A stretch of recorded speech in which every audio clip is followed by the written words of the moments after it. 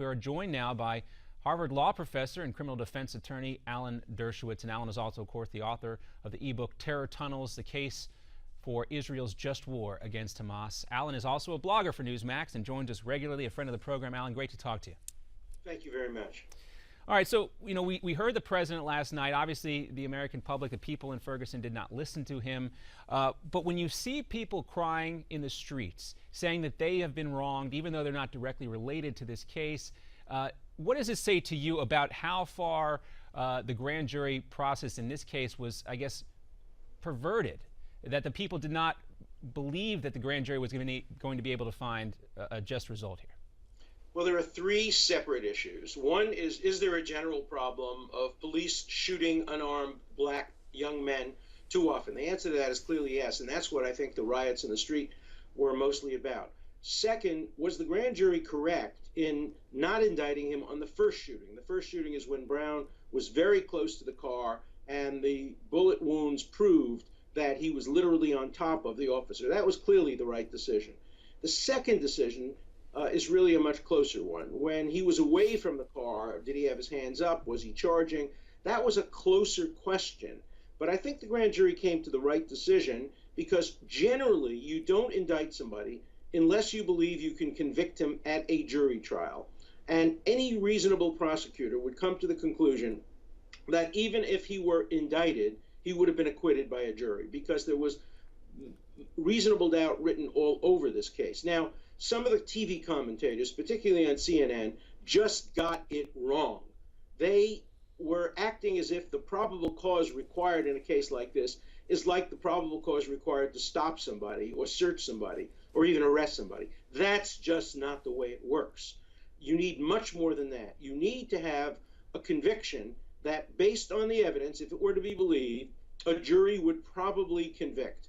And that kind of probable cause was lacking in this case. And I have to tell you, I think the media did a terrible job last night of whooping up a frenzy by misinforming the public about how indictments generally work. You had people on CNN saying, well, I'm a former prosecutor. Right. I know I would have indicted in this case. That's just nonsense. That's not the way indictments work. Well, Alan, let's take a look at the seek indictments unless they're pretty convinced they can get a conviction. Let's take a look at the district attorney in this case, Robert McCulloch. And there's been some criticism as to whether the DAs who work so closely with police are the right people to head up these types of investigations, specifically in a situation like this. What do you think about McCulloch's job here handling this grand jury deliberations, and whether or not district attorneys are really the right people to lead these types of investigations? Well, usually the problem is the opposite. District attorneys are not the right people to lead these kinds of things because they almost always err on the side of over-prosecuting, of convicting people when they shouldn't be prosecuted. District attorneys